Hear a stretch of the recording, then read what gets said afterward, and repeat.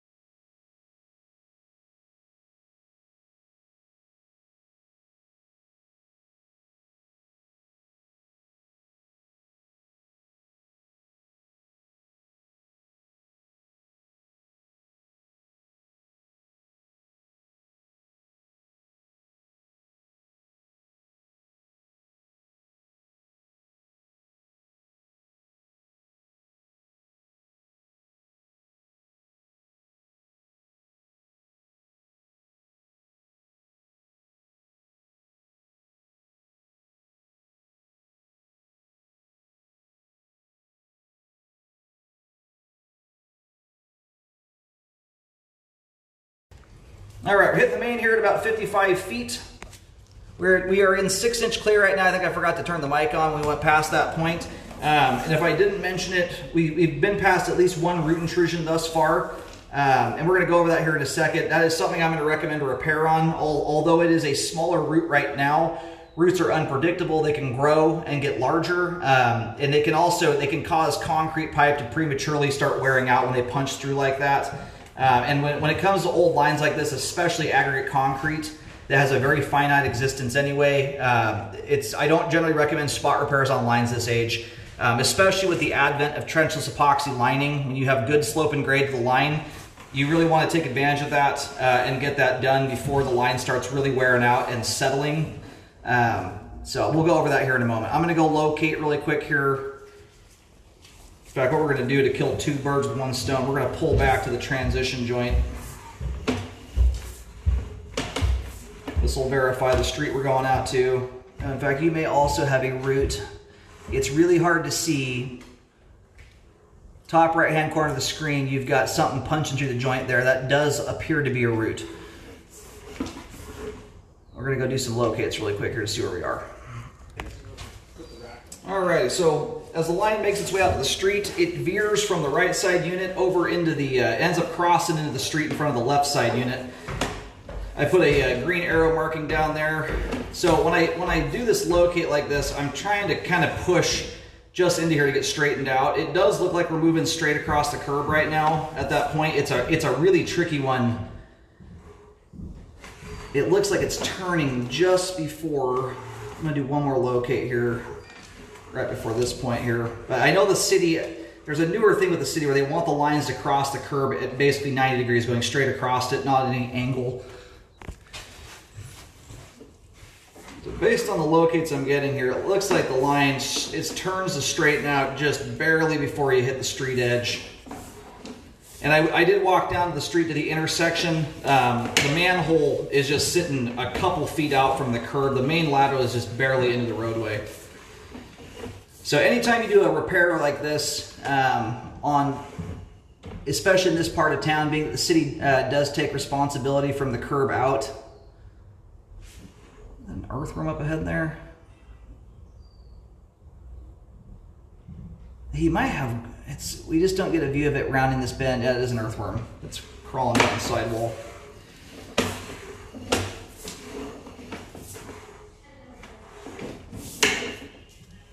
Anyway, in this part of town, whether you do a liner or a dig style repair, you can do whatever you want.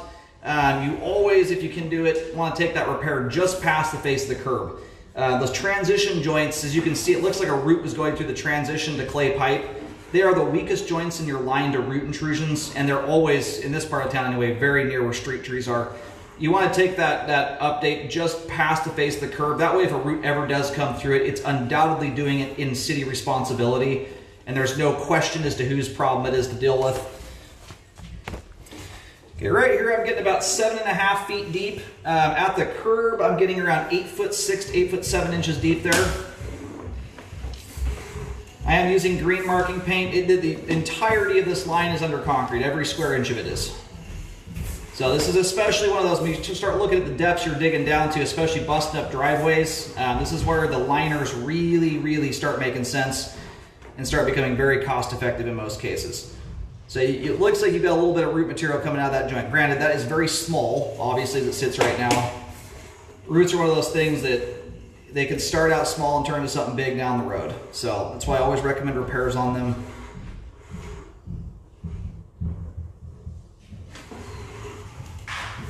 If for some reason repairs are not done, you want to make sure you're keeping an eye on the sewer line. Especially once concrete starts getting to this age. The special weak point of concrete pipe, and clay for that matter, are the joints. They're grouted. That grout eventually wears out, and when the joints become exposed to the ground, as you can see down the line, we had an earthworm in the line. When the joints become exposed to the ground, hydro erosion can start taking place. In a lot of cases, it's a slow but sure process, but it is something that occurs over time. If a repair does not happen for some reason, you want to be rescoping this periodically if you have to bump the repair down the road for some reason or another. That way you don't miss an opportunity to do an epoxy liner, if that's the repair you're hoping to go with. This root here looks like it's actually coming through a crack in the pipe. That doesn't look like a pipe joint there, although it does run up the sidewall in kind of a joint-like fashion. Oh, yeah. Right up ahead of it is an actual pipe joint. This looks like a crack that is going down the sidewall of the pipe. So that joint, or that root there, appears, from what I can tell, to have cracked the pipe, and or it came through a crack, one of the two.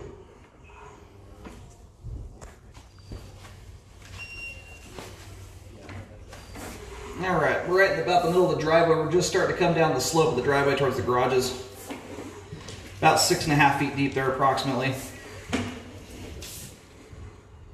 Got another root coming through this joint here. And anyway, going back to what I was saying about the high erosion thing, what can happen when the joints start to wear out enough, they can start sucking dirt through them, and it can erode the support out from underneath the sewer line and cause the line to slowly but surely settle, where you get your potential for bellies, offset joints, things of that nature. If that process takes place for too long, you could lose the ability to do a liner.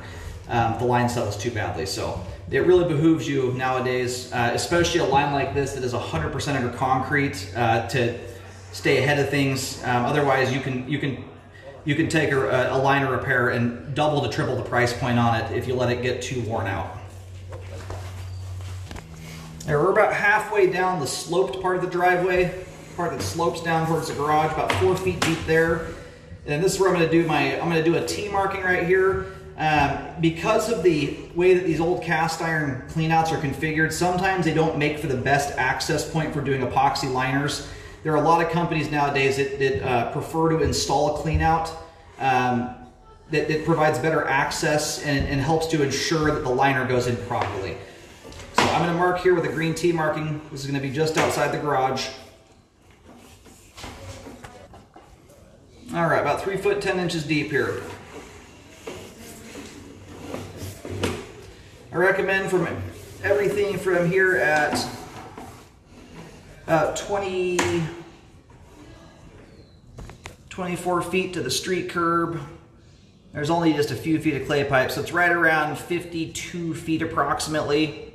Somewhere in that ballpark, be updated. All the concrete pipe and or clay pipe that may be on property.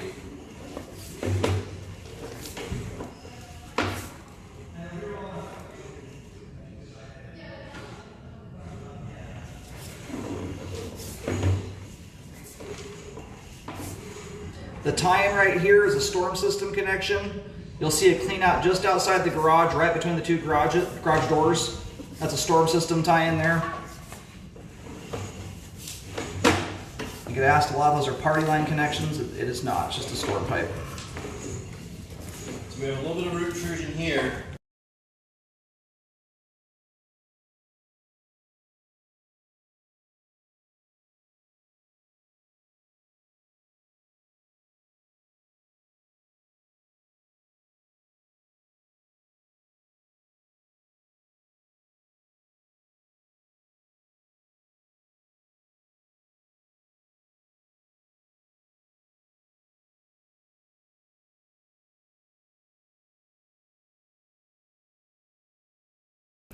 Alrighty, all the cast iron pipe there is in very fair condition for its age, clean, has very nice flow through it, so nothing needs to be dealt with there as it sits at this point.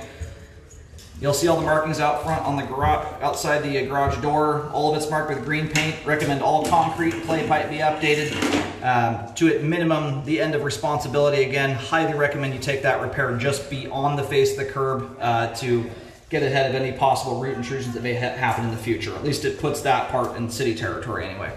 And make sure your rescope is performed after any repairs are completed to check the work. If you dig the line up, make sure that happens after the trench is closed but before concrete is poured.